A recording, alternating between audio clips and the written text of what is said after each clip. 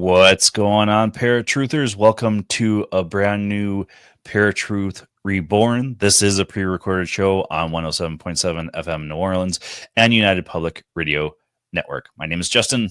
And I'm Erik. And tonight we're bringing on Richard Estep to talk about his book, The Horrors of Fox Hollow Farm. We've had Richard on numerous times with ParaTruth Radio, and we're happy to bring him back. Richard has been a paranormal investigator for 30 years and is the author of more than 30 books. He is a cast member of the TV shows Haunted Hospitals, Paranormal Revenge, and Paranormal 911.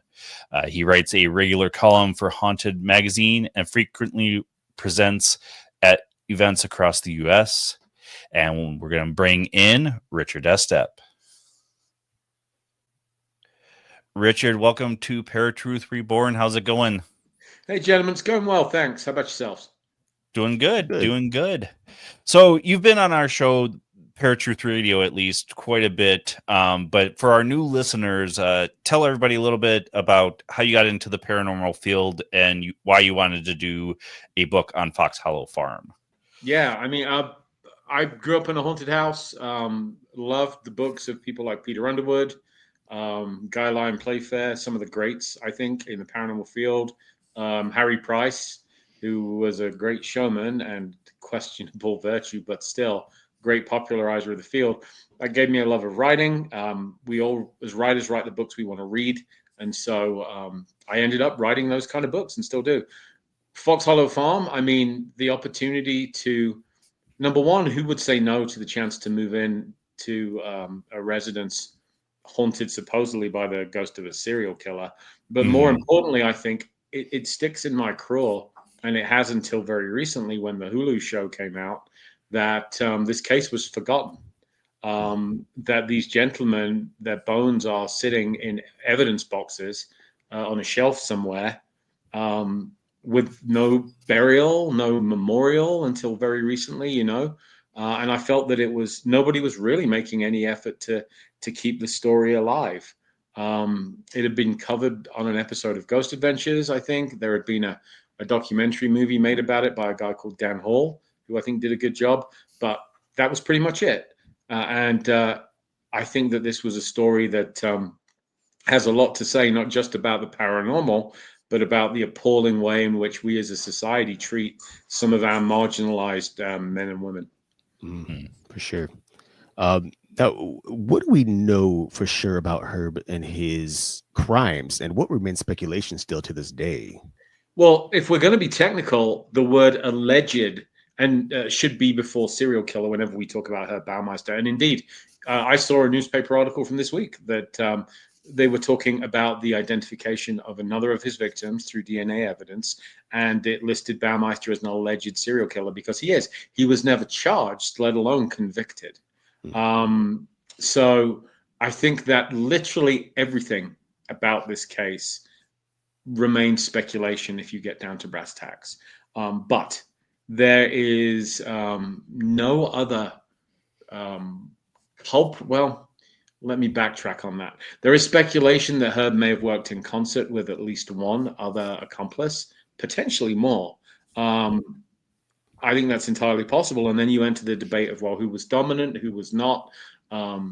We do know for sure that the remains of multiple men were found on Herb's property, that Herb Baumeister matched the description of a man named Brian Smart, who was seen in the nightclubs, the gay nightclubs of Indianapolis, taking home a number of the victims. He was the last person that they were ever seen alive with, and they turned up dead in his backyard. So he's a very strong candidate to be the perpetrator in this case. Sure. But, again, there was never a trial because Herb Baumeister took his own life before he could be put on trial, which, again, is, something that an innocent individual probably would not have done under these circumstances. Right. Okay. So it kind of has a Jeffrey Dahmer feel to it. Now, do they know if Herb was gay himself? And it's interesting you make that comparison because I think it's the TV show makes the statement, "This is the Dharma you've never heard of." Mm. And yes, Herb undoubtedly was gay himself. You know, he had a gay lover. His MO was that he would go to these nightclubs when his wife and kids were away, usually staying at the lake house on Lake Wawasee. He would meet men and say that his name was Brian Smart. He adopted this alias.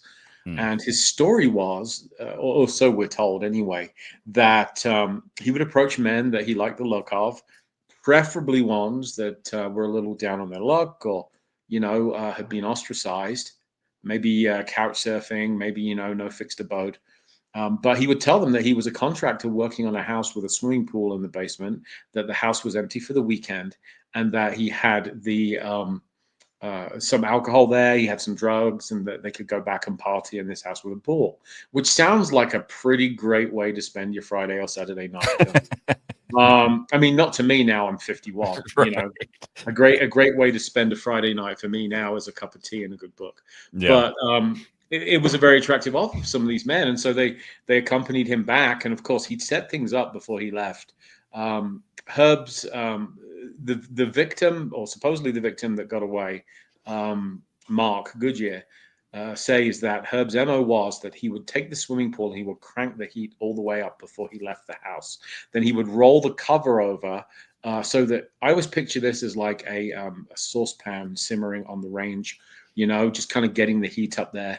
And then when he would bring these men into the pool, he would open the 3 sets of French doors, which lead out to the back patio. Cold air would come in, roll back the pool cover, cold air meets warm air, and what do you get? Steam. And so you've got this steamy, disorienting environment. To make things even more surreal, the pool is ringed with mannequins. And these mannequins all have names and backstories, and they are wearing a variety of clothing, some of them belonging to former victims, in fact. And in the pool, they would engage in autoerotic asphyxiation. Herb would invite them to strangle him while they engaged in, sexual conduct. And then he would return the favor, but he would not stop. And that was Herb Baumeister's MO for killing his victims. Wow. Now, regarding the farm itself, like what kind of paranormal activity are we speaking of? Like, how active is it? Less so today than it was. So the house, it's really kind of necessary to talk about how the house changed hands. So Herb Baumeister, when he heard that the police were looking for him, drove to the Canadian border, crossed the border, found a scenic spot in a national park, ate his favorite food, a PB&J sandwich, and then shot himself in the head. Although there is now some speculation, perhaps, that he was possibly killed by an accomplice. That is debatable. Either way, we know that he died of a single gunshot wound to the head, which the official account says was self-inflicted. At that point, the police descend on Fox Hollow Farm. They discover thousands of bone fragments, ranging in size from entire femurs to forearms with handcuffs still on them to small chips and fragments, because the critters, the animals that live in that vicinity have taken these remains and they've scattered them far and wide.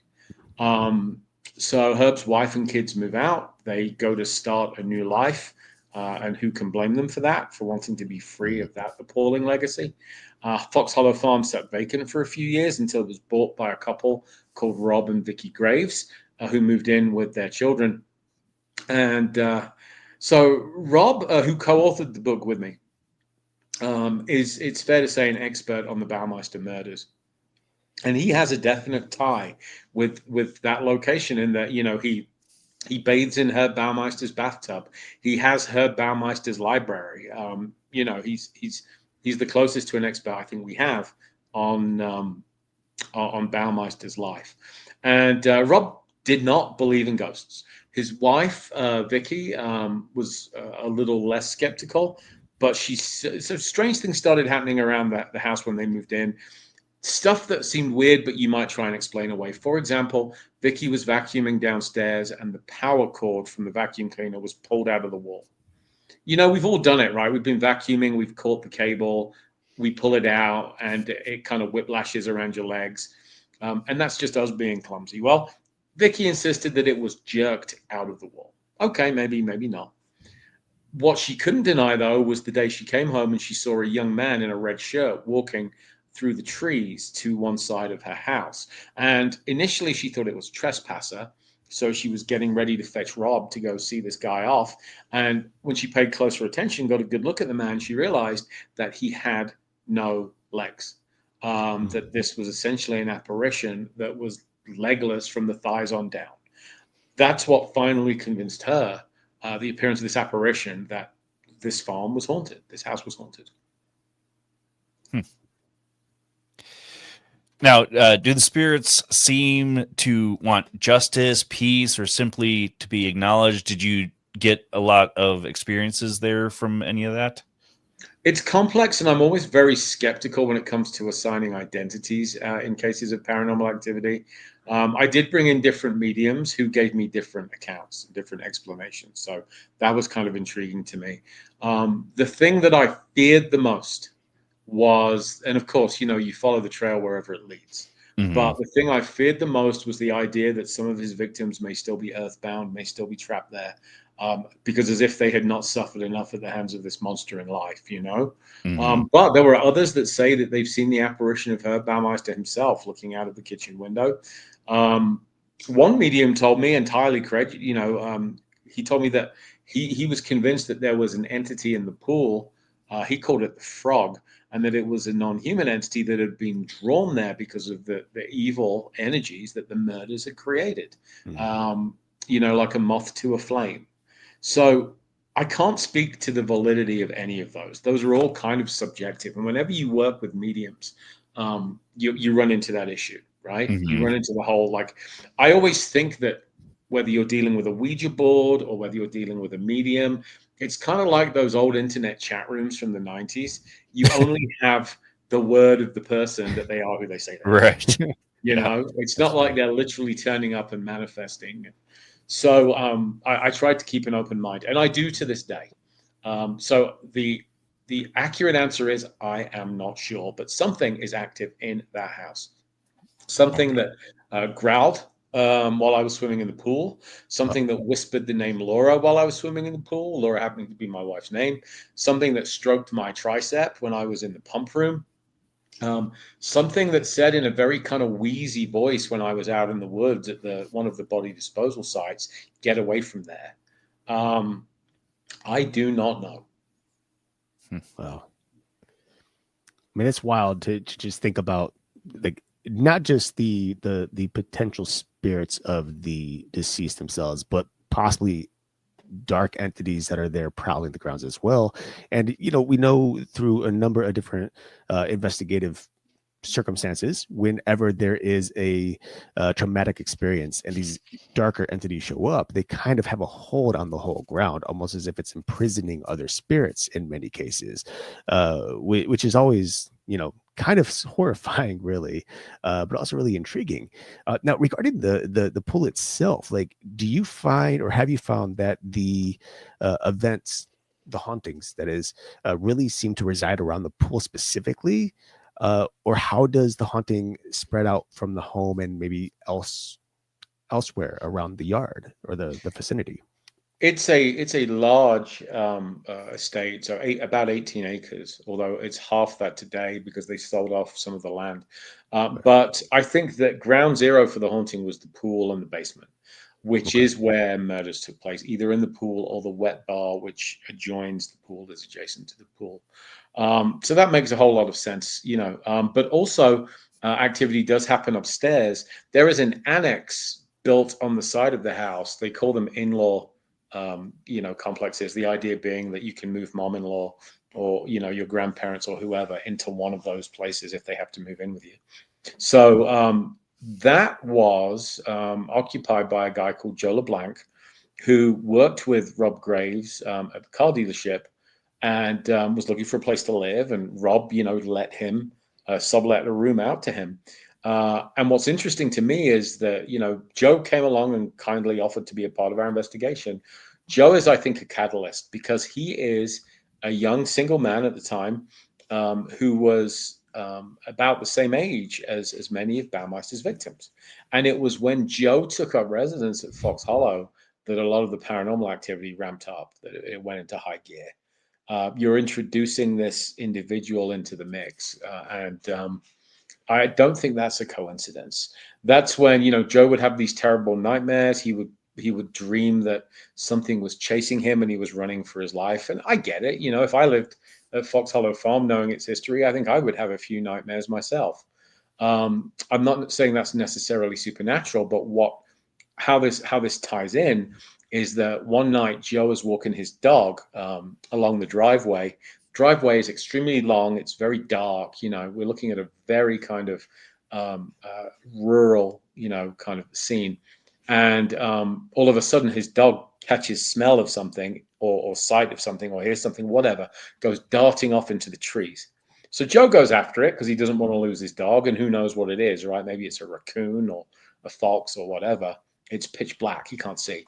And Joe enters the trees, and there, as he turns around one of the trees, he sees a young man staring at him, and it's the man that he's seen in his dreams, in his apartment. And this is a young man in a red shirt. The same young man that Vicky Graves saw walking through those same trees shortly before. And when they compared notes, they both agreed that, yes, this is the same man. And it was, they used the photograph of Baumeister's victims to relate this man to being one of Herb Baumeister's victims. Wow. Did he know about that victim prior to witnessing him? Let me rephrase that. Did he know that she had witnessed this particular form before he himself had witnessed she knew that he knew that she had seen an apparition, okay. I believe. But the key thing is, it was only when both of them happened to look at pictures of Baumeister's victims that together they hit on, that's him at the same time. Okay. That's the man we both saw. And it was a very kind of shocking moment for them. You have two independent eyewitnesses seeing the same apparition in the same area. Right. There's a lot of cases like this where true crime and the paranormal kind of intersect. How does that, in your opinion, happen, where we have these two different genres, if you will, intersecting? I think that true crime holds a real fascination for a certain type of person, and it's a similar mindset to the kind of person that's interested in the paranormal. I mean, not always. There are purists that I'm all about the crime, the murders, those kind of things. But I also think that the unknowns, the elements of mystery, the darker aspects of this do kind of cross-pollinate. As far as I'm concerned, when I write a book or I'm working on a project like this, number one, telling the human story is the most important thing to me. And when I write books about true crime that have no paranormal content at all, I'm primarily interested in two things. Number one is keeping a light on the victims and not the murderers. And number two, I think we all would like to know how these individuals think so that we might better understand them and hopefully better avoid them. Mm-hmm. Mm-hmm. Now, why do you think it is then that locations like this continue to attract attention and, in particular, investigators to want to investigate these places? Because I personally know like a couple of spots in which there were murders that were caused. Nobody had specified that there was a haunting, and yet we see flocks of people running there to try to investigate and see what they can find. What is it about these places you think that's so intriguing to humanity? I hate to say it, but I think there is a macabre and morbid aspect to it. Nobody investigates at Fox Hollow Farm anymore. The Graves family really don't allow it, and I completely respect that. I think that, I hate to say it, but there is there's a fascination and also there's a certain degree of egotism to it. That the idea that people think they are the ones that can crack this case and so on and so forth. When in reality, I think these cases are rare. You look at Gacy's home, you look at Dahmer's apartment building, they are demolished, and they're demolished with good reason. Nobody wants them to become a shrine to these monsters. Fox Hollow, I know that the municipality, the local area, was gonna band together, get some money, kick it in, and then bulldoze the place, just demolish it flat. And I 100% understand that. They don't want it to be this ever-present scar on their community. They don't want to be the town that's known for that. Right. And they don't want this constant stream of trespassers, which Rob and Vicky did deal with for the longest time, and dealt with again once the TV show started airing in February, to the point where the police had to mount a guard on Fox Hollow Farm last month. On the other hand, I think that, it is a good thing that this place is still standing, because the Graves family has reclaimed that house from its awful history. Rather than just wiping it out, it stands as an education to us, and it's also a living family home. So there have been how many Christmases, how many 4th of Julys, how many Thanksgivings, where families get together in that house and they bring light and they bring warmth and they bring good vibes. I rather like the idea that the evil, the negativity of what's gone on there can maybe be washed out if you go at it long enough. And I think that's partly why the activity at Fox Hollow Farm is subsiding. Okay. Well, I hate to bring this up because we talk about it way too much on our show, but Jeffrey Dahmer's home in Bath, Ohio, we got to do an investigation there just because there was reports of paranormal activity, and now they've shot the one movie there and have done a couple documentaries. So I appreciate that you bring up that a lot of these places are bulldozed just so that scar's not there anymore. And I think with the Bath, Ohio house specifically, it's still standing and leaving a scar because people keep coming in and out of there. Now, I thought Dahmer lived in an apartment complex. What am I missing? So the house that we're talking about was the house that he grew up in, and it's where he originally where he killed Stephen Hicks. So his first official murder. Right. So that house does still stand. And is it a private residence now? It is a private residence now, yes. Yeah. And did you get evidence there? We did, yeah, a little bit. Not a lot. I mean, doing paranormal investigations, a lot of times you're not getting much. But there was a floating torso there. Erik saw with his eyes a gold orb fly through walls. Erik had his name whispered. So I think that there is something there. What it is, I don't know. But and there's something I would love to float at you guys as well. One thing that I've learned after doing this now for 30 years is that we make a lot of assumptions. Mm-hmm. And one is that sometimes what we get isn't what we assume we're getting. So I always think we have to consider paranormal activity as kind of like sometimes an infection or a contamination. So maybe that's because I work in the medical field. But my point is that sometimes I think we go to investigate a location, we expect a certain thing based on its history or its background. And maybe what we're getting is something that we're bringing in there with us, like in the same way we would track mud in if we didn't wipe our feet. You know what I mean? Yeah, 100%. I used to do ghost tours at the Stanley Hotel in Estes Park, inspiration for The Shining. And the most common, by far one of the most common reports from the Stanley was ghostly children, apparitions, footsteps running, kids laughing, playing, giggling, those kind of things. Well, the hotel's historian checked again, and there is not one kid on record ever as having died in that hotel. Not one. So what's going on? Well, number one, I think you have the possibility that it's residual, that kids that were there have left some kind of imprint because they were so very happy at the Stanley during their days. Number two is that something's imitating children. And number three is hitchhikers. The idea that, some of the activity is caused by the many paranormal enthusiasts like ourselves that go to these places. Who knows what psychic mud we're tracking in onto the carpet and leaving behind us when we go. So I do wonder if some of these places, you have to look at, did I bring this along with me and not know it? Right. Well, and on top of that, unless this is like these children in particular were captured on evidence in some way, if people are just witnessing them, it could very well just be psychological too. They're manifesting it in their own mind and eyes, and it's not really there to begin with. You mentioned that, and it fascinates me. Rob and Vicky have a dog sitter of all things, and when they go on vacation, and a house sitter too.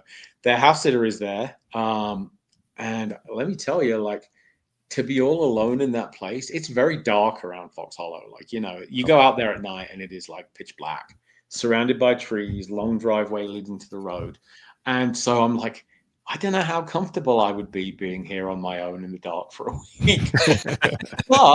but if you didn't tell me the history of that house, if you said, hey, Richard, listen, there is this beautiful mock Tudor mansion in Indiana. We'd love you to house sit for a week. It's great. You can hang out. They've got cable. You can write your books. You can watch TV. I'll pay you $1,000. I'd be like, show me the way, Oh, for sure. It's only when we factor in what we know that our imagination, I think, starts playing tricks on us.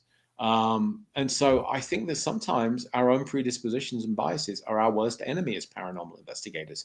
What I wish I had done, and I would love to do it someday, but that ship may already have sailed. I would love to take someone who has no idea what happened in that house whatsoever and put them in there for a weekend with cameras and just record what happens, without any notion of bias at all. I think that would be a very valuable experiment. Yeah, well, and you know what? I'm glad you brought up the bringing it into a location, because when we left, I felt like something wasn't right, and I just said, whatever's here right now, you need to leave. And I heard it like in a really deep voice, "Goodbye, Justin." Mm-hmm. But I had also been touched there, so it makes a lot of sense that I might have brought something with me, just thinking that I would be catching something there because of what happened there. Well, and Goodbye, Justin's interesting, right? The idea that, like, you've had this hitchhiker you didn't know about, and here's a new playground for it all of a sudden. And you know what? Okay, thanks, bye, peace out. It's been fun knowing you. Let's keep in touch. And you don't, So I think that probably happens more often. And then I get to thinking, people like us, and almost certainly, your viewers and listeners to your show, we're of a similar mindset, right? Most people spend their weekends like watching the Denver Broncos or whoever their team is. We spend weekends in these dark and haunted places trying to talk to the dead. Mm-hmm. We are a certain type of person, and we go to the same types of places. So, for example, if I go to Waverly Hills this weekend and then you go next weekend, who's to say I don't take something along with me that I picked up at Bobby Mackey's back when it was standing, Mm-hmm. And I took it from A to B, and then just like cross-contamination, you go to Waverly Hills the next weekend, it glums onto you, and it comes to your next haunted location. Mm-hmm. I think maybe there's something to this idea that we can contaminate and infect haunted locations just by the amount of them that we go to. Yeah. Right. Yeah.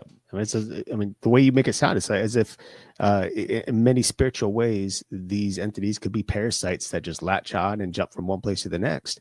And there's yeah, and I know for the longest time, people early on, at least in the whole investigative realm that is ghost hunting or investigating, people used to believe that spirits would basically be stuck in a single place. They wouldn't be able to leave the four walls that they were stuck in. And that has, I think, I can't say it's been officially disproved, but I think there's plenty of hard evidence that shows that, just as you say, these entities can move from one place to another, especially if they can attach themselves to us in some way and keep that energy and move about. Oh, let's hope so, because firstly, I try not to default to ghosts equal the dead, right? Mm-hmm. I think that's lazy thinking. It's born of many, many generations of scary movies and literature and things like that.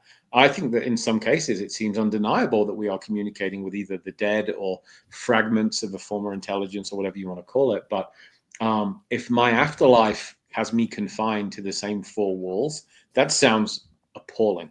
Right. I'd like to get out and see the world. I'd like to get out and travel. So I hope it's that way. I really, really do. That being said, I also like the idea that we can set and enforce boundaries.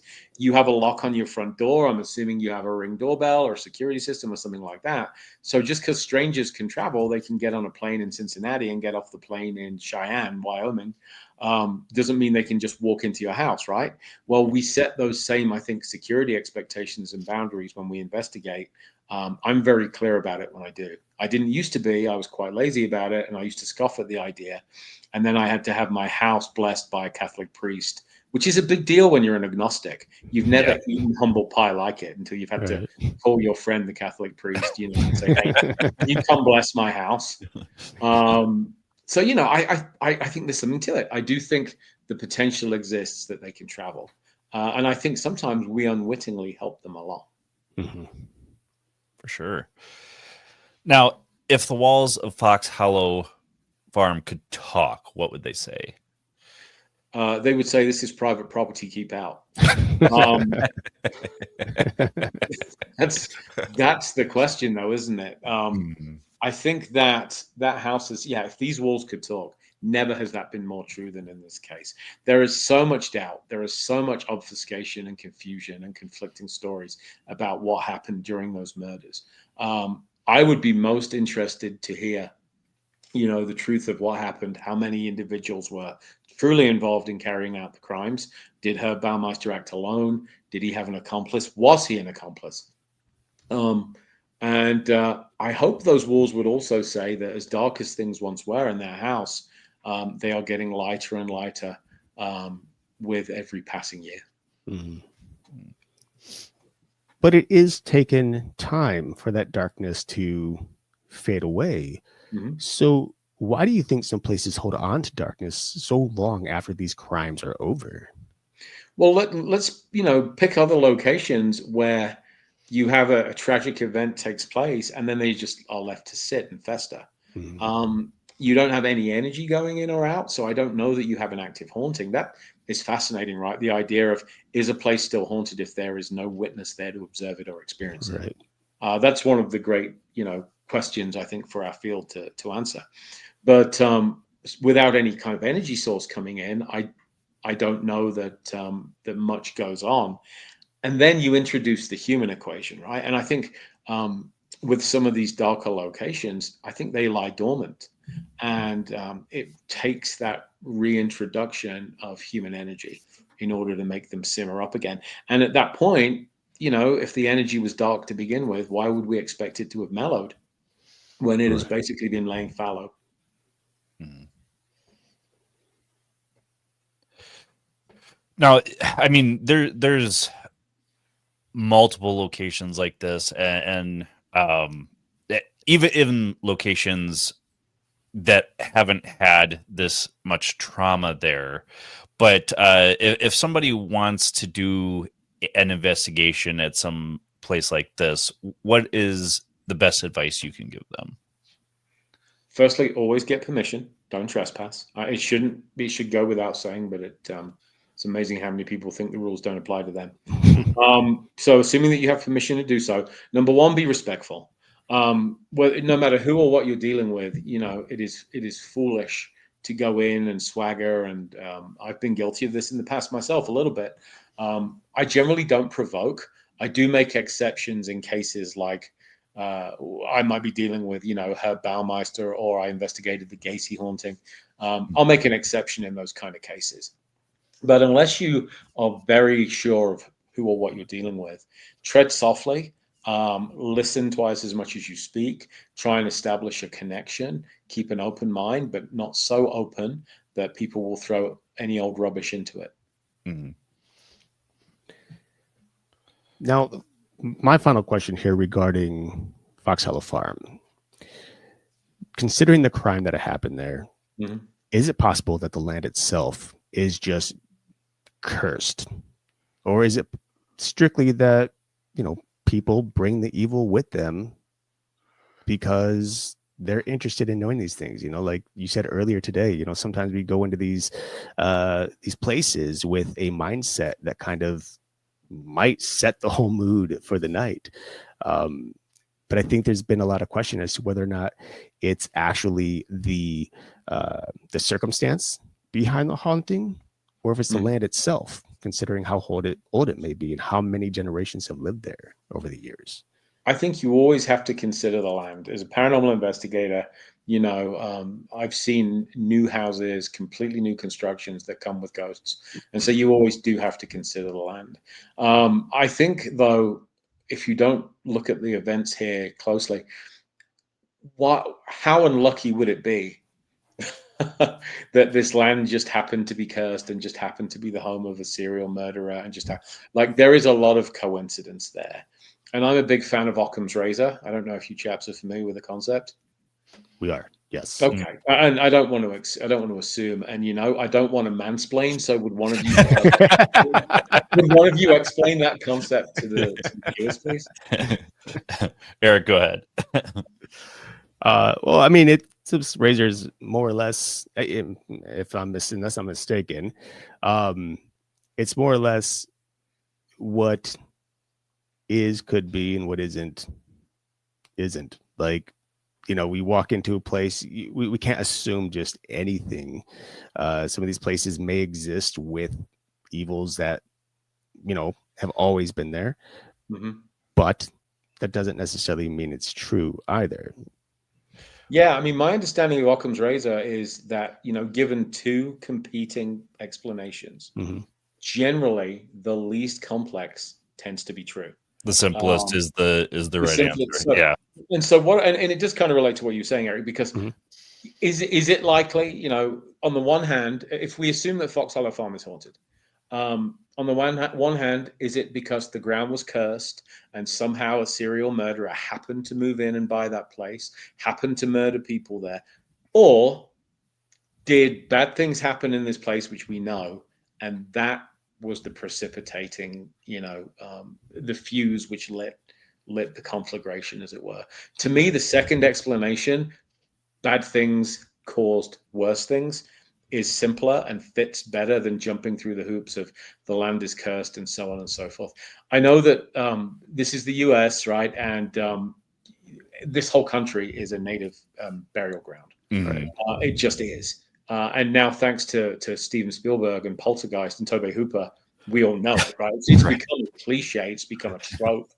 I mean, I just saw this very argument made on Ghost Adventures last week for the Poltergeist house, the one where they shot exterior scenes primarily from the movie, being haunted or cursed because this was native ground and, skeletons were put in the ground for a movie shoot. I mean, is it possible? Sure, but you can't throw a rock in this country without hitting, old burial grounds. Or people always say to me, or frequently say to me, and it kind of makes me laugh. Richard, you're from England, right? You're from Europe, where all the history is. And I know what they mean. Because, it's not we've got more. There were people here too. Right. Bad things were happening here too. Massacres and stuff was happening here too. Yeah, sure. There weren't knights riding around in suits of armor and that. I get it. Right. But by the same token, old land is old land, and all land, I think, has its history. You have to look at the ground, sure. But in the case of Fox Hollow Farm, my suspicion is a bad man did some horrific things, and that sparked this haunting off. Okay. Well, what I think is really interesting too, when it comes to cursed grounds, so many people want to blame it on the grounds itself, but it's very possible if the grounds are cursed, it's actually or at least it could be a manifestation of so many people believing in that possibility to begin with, that then re-energizes it and creates this cursed ground. Yeah, and you kind of hit upon something that's I've always wondered about with curses, having written about them in a couple of books now. Do curses work if you don't believe in them? If you were to be cursed by someone and you didn't know that you'd been cursed, would you in fact feel the effects of the curse? I always think of a curse as a kind of reverse placebo effect, We know that in medicine, placebo works. I mean, you can't argue that. Peer-reviewed study after peer-reviewed study proves that it does. We don't know why, but we do know that belief is a powerful force, The question is, does it work when you don't know about it? And by the same token, in cases where we talk about curses, this collective belief, this collected agreement that a place can be cursed, a place is cursed. The same is true of hauntings, I think. A place is haunted, we can kind of all agree on it. I think that can sometimes usher these things into life, or if there is kind of a spark there already, propel them to the next level. Mhm. Belief is immensely powerful. Mhm. Yeah, I mean, we've talked about it on our show, but the belief of tulpas and that you can create stuff just by random thought. Egregores, tulpas, thought forms, right? Yeah. Which, part of Himalayan culture, I know, but I've seen a number of cases in which I'm convinced that the entity in question was an egregore, that it was created, that it was manufactured. I mean, the one that I talk about frequently is Malvern Manor in Iowa, one of my favorite haunted locations, which is haunted by the ghost of a little girl called Inez, who we know hanged herself or was either accidentally hanged or hanged herself. There is some debate in, I want to say 1900, and has haunted the place ever since. And that story was told over and over at Malvern Manor. Investigators frequently encounter the spirit of a little girl that sounds, looks, acts like a little girl, answers to Inez, except it was subsequently discovered on deeper research that although Inez was real and she did die that way, she actually died at her home, not at Malvern Manor, which was several blocks away. But by the time that became knowledge, the story had taken root. It was entrenched. And so why would the ghost of this little girl haunt a building she'd probably never been to blocks from where she died and lived? Right. Or do we have an opportunistic entity that's role-playing, or has a thought form, whatever you want to call it, egregore, tulpa, whatever, being created because that story was told over and over with conviction? Nobody was trying to mislead anybody. That was, the story as it was understood, and it was repeated. And this is you talk about curses. The curse of the paranormal writer is the phrase, "It is said," right? It is said with a little guy. And then all of a sudden it becomes established fact. And then all of a sudden you're recording EVPs from that established fact when it isn't a fact at all. How do you explain it? Right. You're right. And it's crazy to think that, who knows, many of the haunted locations that we've all investigated over the years may not even really be haunted if people didn't believe in those things to begin with, right? In the stories. I mean, but also how do we define haunted, right? That's a great question, isn't it? Yeah, that is. We come back to this really narrow definition of ghosts equal dead people. You get footsteps in the night, walking across your floorboards in a house that somebody died in 50 years ago. Chances are that's residual. It doesn't mean you actually have this discarnate intelligence necessarily in your home. Not that that's much of a comfort to you at 3 a.m. when it happens and you go looking for the nearest paranormal team. But it's a haunting, right? Even though it's not intelligent, it's still a haunting. And I think that the word haunting is an umbrella for us. The word ghost is an umbrella, and we don't define it particularly well. And I always think back to the SPR's landmark study on phantasms of the living, how they looked at all these cases of apparitions where the people were alive and perfectly well at the time. And this was huge. This turned out to be immensely common. Were they ghosts? I mean, what else would we call them? Were they astrally projecting or traveling? They weren't dead. We know that. So there goes our ghosts equals dead people. And then what are we left with? So I think we have a problem of definition in the paranormal field, and we kind of ignore it because it's so much more fun for us to just go creep around in the dark, assuming that we're talking to the dead. Right. Yeah, for real. It's funny you bring that up because two instances came to my mind. My wife and I were sleeping the one night here in our house. As far as we know, nobody died here, but we heard footsteps upstairs, and lo and behold, it was our dog. But he never goes upstairs when we're sleeping, so it freaked her out. It freaked me out. You're hearing footsteps and then this disembodied panting. And then another time I was doing an investigation for a friend's business, and a name came up on the ghost box that I have, and everybody's like, oh, that guy actually used to live here. He actually just lives right down the street now. So it's like, okay, was there something there that knew that name? It wasn't saying it's him. It was just bringing that name up because he used to live there, or, whatever. Yeah, I think we just have to keep an open mind, we need to cast a broader net sometimes. Yeah, for sure. Well, it is about that time to let you go, so I want to give you a chance to tell everybody where they can find you, find the book. The mic's all yours. Yeah, guys, you can find Horrors of Fox Hollow Farm at all of your traditional outlets, not just Amazon and the big companies, but also your small, local, independently owned bookstore can order it in for you as well. So I encourage you to do that. And you can find the TV series, which it partially inspired, The Fox Hollow Murders, is now streaming on Hulu. Awesome. All right, Richard, we will let you go. Have a good rest of your evening. And then, as soon as we have a link, we'll get it to you. Sounds good. Thanks a lot. Sorry that we had that misconnect. I still don't know what happened with that, but yeah. Well,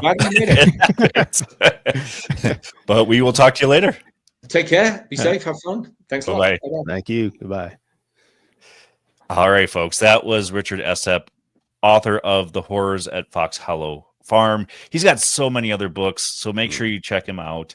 And I'm sure we will have him back on at some point for one of his other books for sure. Some final thoughts I think we need to kind of get out of our heads just so we can clear the air and not have hauntings in our places of home. What are some of your final thoughts about like investigate or hauntings like this and having to do with murders or serial killers since we've had the experience? Right. Yeah. I mean, it's a tough call, like when we did the investigation at Dahmer's house, and I know our listeners have heard this like 3 days 3 weeks in a row now. But a lot of what we captured didn't give us significant evidence pointing to Dahmer or Stephen Hicks thing or another, anything else for that matter. We saw a nail in a tree that, based on the math and the growth of a tree, very well might have been put there by Dahmer himself when he was nailing animals on the tree. The disembodied apparition that was seen, that very well could have just been a manifestation, a mistake by the eyes, a trick of the eyes. We don't really know for sure. As for like the glowing orb that I saw, again, was it even really there or wasn't it? And if it was, who was it? What was it? The only thing that, like for me personally, that I know for a fact is the EVP that I caught, which was responding by saying my name in a very creepy way. Where did that come from and who said it? Right? Like, was it Dahmer? Was it Hicks? Was it some other entity that maybe we brought along or that was manifested there by somebody else at some point? We don't really know. I can only imagine the type of things that maybe the current owners are witnessing, considering how much publicity that house has received over the last 10 years, considering there's been filming done in there. And trust me, as someone who works in the film industry, there is a lot of energy that was placed into that house during those 3 months or so that they filmed. So, it's incredibly interesting. And then going to, I was going to bring this up earlier, but like the idea of cursed land, one story that really pops up in my mind is the story of the Amityville house, right? Yeah. Because there was a belief that this house was already cursed to begin with or haunted, and that the murders had happened because he was kind of broken. He was worn down and broken and eventually more or less possessed or at least oppressed to the point of actually going around and killing the family. Again, like, is that really what happened? Was this person just a psychopath? Did the story even, like, what exactly happened? Yeah. We can go around circles trying to figure it out. But I think in the end, it's just, currently at least, it's up to each person's, I guess mostly just like what their truth is, right? What they want to believe. Like, we can only do so much. I mean, I'll tell you that there are things I see on Ghost Adventures and Ghost Hunters on the other shows that I'm like, I don't believe it. I don't think that was no, you know. And of course, if I was there, it might be a very different story. But you know, we have to take things with a grain of salt, but we also have to take real consideration when it comes to these hauntings, because we don't want to mislead individuals, especially as investigators who are trying to help others. The very last thing we want to do is mislead someone, because that could make things worse, or it could completely dismiss the situation entirely, and they're just back to square one. Well, we've talked about it numerous times, not just with the Jeffrey Dahmer case, but a couple of cases that we worked on where a certain individual was giving information, and you can't be doing that on when you're on the investigation itself. Right. But you also cannot give definitive one way or the other, yes, your place is haunted. You can present the evidence, let them believe whatever it is they're going to believe, because they're going to believe that, even if you tell them there's nothing here. Yeah, but you know, I think in our experience, we've had people ask us what our opinions are, and right, you know, you have to give an opinion. I mean, if you want to be, if you don't want to be a jerk about it, you know, you give them your opinion and what you think. But you know, so one thing that I've noticed a lot with the investigators we've worked with, and even those that we see on TV, they will say, like, you know, I think this house is haunted, but, and they go give some sort of explanation as to how things can be better or why they don't have to worry about stuff. I have heard stories of investigators going into homes and saying, yes, I believe it's haunted, and then giving this irrational explanation of why, and it actually scares the homeowners or the property owners. For what reason, right? Because like all you're doing is you're using fear in that case, which is going to promote the haunting even more. We just talked about the psychological effects of this. I mean, I like to call it an industry with the paranormal investigation, because at this point, it's kind of what it is, right? That's what a lot of us are doing. And that's just, you know, that's a tough thing to do. It's something we don't want to do. We don't want to mislead people. We don't want to promote fear, because that's going to promote the haunting in ways that we don't want it to truly manifest. And there's the tail. It's going to show up eventually. It was gone. All going to show up eventually. I tried. He jumped up here like mid-show, and I immediately grabbed him and pushed his tail down. I was like, "No, you're not getting in the way." But I couldn't catch him here. Well, and I'm glad he brought up, you know, maybe we're bringing stuff in with us too, because we know, or going by what the clients have told us, we're going in there thinking there is activity, there's a ghost there. So it kind of reinforces for me, and maybe for you too, to do a cleansing on yourself and rid yourself of anything as best you can anyways, before you go in to do an investigation, because I've never even thought that in the least that I'm bringing something into I mean, you know, you figure Catholic priests, you know, they take the time to pray and to submit to the Lord, to become cleansed before walking in to do an exorcism. We see the same thing through a number of different Christians throughout the various denominations that do the same thing. You know, and you're right. So often we walk out of a investigation, off of a quote unquote haunted property, and our first thing is, whoever's here, whoever we were talking to, you cannot come home with me. This is personal space. You can't pass this, you know, property line, et cetera, et cetera. But yeah, we rarely, I mean, personally, like you, I've never even thought of walking into a place and saying, hey, whoever's here with me, you cannot come onto this property, right? I mean, yes, we've done prayers, we've done light cleansings, you know, light shielding, things like that to protect ourselves. But that's just to protect ourselves. Like it kind of blew my mind, you know, in this conversation here tonight, because it's like we rarely go in thinking of protecting the client, right, or the other than what's supposedly already there, right. And sadly, we see a lot of investigators, especially on TV, who walk in without doing that, and then they provoke, and then they walk away without doing anything about it, and now these people are stuck with a provoked entity who's a little upset. And it's like, okay, well, now what do we do? And I absolutely love that the past couple investigators that we've had on now, Richard and Daryl, say, well, Daryl didn't say this, but Richard said, I rarely provoke anymore. I think Daryl said he has never provoked, or maybe he said I used to, and now he I said don't. he did earlier and then he stopped. Yeah. Okay. So I'm glad everybody that's a paranormal investigator has gone through the evolution of starting out, not that you should start out that way, let me put that out there, but gone from, provoking to realizing that is not doing anybody any good. Right. Any other final thoughts thinking about this, or? I don't think so. Yeah, no, I don't think so. Okay. Well, we want to hear what you guys think. So make sure that you put it in the comments below. Email us, paratruthradio@gmail.com. You can leave us a voicemail on our website, which is paratruth.com. Or any social medias that you can find.